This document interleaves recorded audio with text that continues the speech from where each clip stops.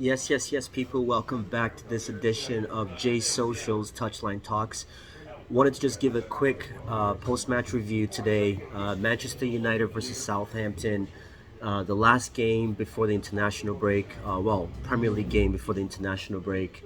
A lot of optimism coming to this game after that disappointing loss to Liverpool last weekend, the 7-0.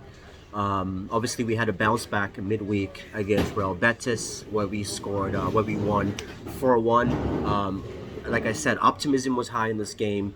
The game started off, as usual. It was good. It was a good start to the game. Everything was balanced. Sancho coming in for Fred. Sancho, sliding into the number 10 position. He looked pretty sharp in the 10, and I was happy to see that change.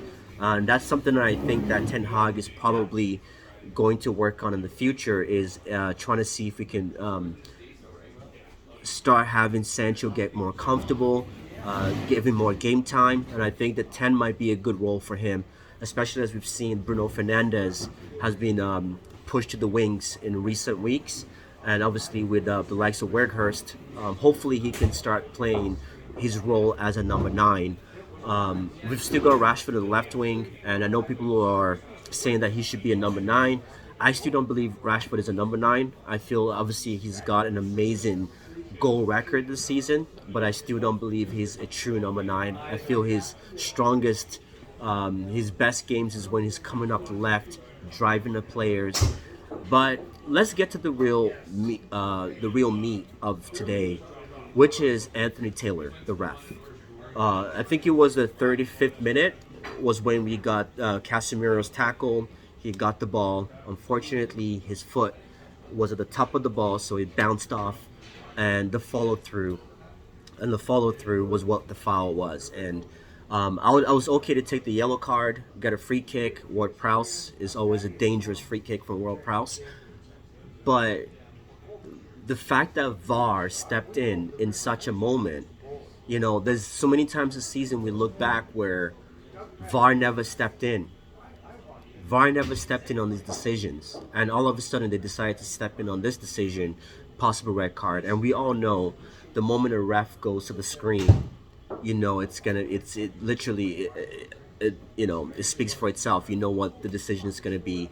Very disappointing. Very disappointing. VAR has been around now for what, 3 seasons, and the fact that 3 seasons later, excuse me, 3 seasons later, we still have questions of what are the rules to the game. What is a handball? What is an offsides? What is a red card? Like we don't really know anymore as fans. I'm somebody who has watched football for over 20 years, and I'm lost for words. I can't explain the rule anymore. I think we've lost. I just wanted to say I think we've lost the human touch. The beautiful game is literally dying. It's not beautiful anymore because everything is so planned. Everything is so technical. It's all about, It's all about. I remember growing up and there was a thing called, ball to hand. We don't have that anymore. It's all about the moment the ball touches your hand, it's a handball. I think we've lost. We're losing what's called the beautiful game, guys, and I just don't understand. And I think refs need to start explaining decisions. Refs need to be held more accountable because this game was definitely decided by the refs. It looks like Anthony Taylor was definitely allergic to bringing out his card against Southampton, and this is not me trying to be, take the easy way out and say that we should have, the reason we didn't win this game today. I think we could have won this game comfortably if that red card call didn't happen. And obviously the penalty calls from Bruno, from Rashford, I think that was a little forced. Those were not penalties. But the handball in the box when Rashford crossed it in, I think that was something that VAR could have stepped in and reviewed it. I'm not saying they should have called it a penalty, but the fact that VAR didn't step in and review that call, it raises questions, guys. It raises a lot of questions. Like, how do you take a playback when there was already a foul, a free kick given, and a yellow card given? Like, how do you take that playback and give a red card? But a call for a handball in the box, which we've seen last season and this season, typically those called that would typically be a handball in the box, but VAR didn't even intervene on that in at that moment in time. So it's very disheartening. This was very disheartening to watch. You know, Casemiro especially. Like Casemiro has been a shining armor. He's been a revelation this season, and I know this is probably what his second or third suspension. So it's getting alarming, and it's unfortunate. He's been very unlucky. To be, the last red card he got was the last yellow he got was basically because he was the last offender. But it's been very unfortunate, guys. It's been very unfortunate from Casemiro, and you could tell, you could see, head was down today, and it was really nice from the Southampton players to actually, give him props and say, hey, because everybody understands. We've played this game, and we understand that that was a bullshit call. That was bullshit, and I think Anthony Taylor has to answer for that. I'm sorry, he has to answer for that call. The VAR team, all the refs involved in today's game, they need to be questioned. There needs to be whatever it is that needs to happen. But like I keep saying, refs need to be held accountable for their actions and the decisions. I get it; it's a very tough job, but at the same time, you need to answer for your decisions. We can't keep every week in, week out. There's always a game where there's questions.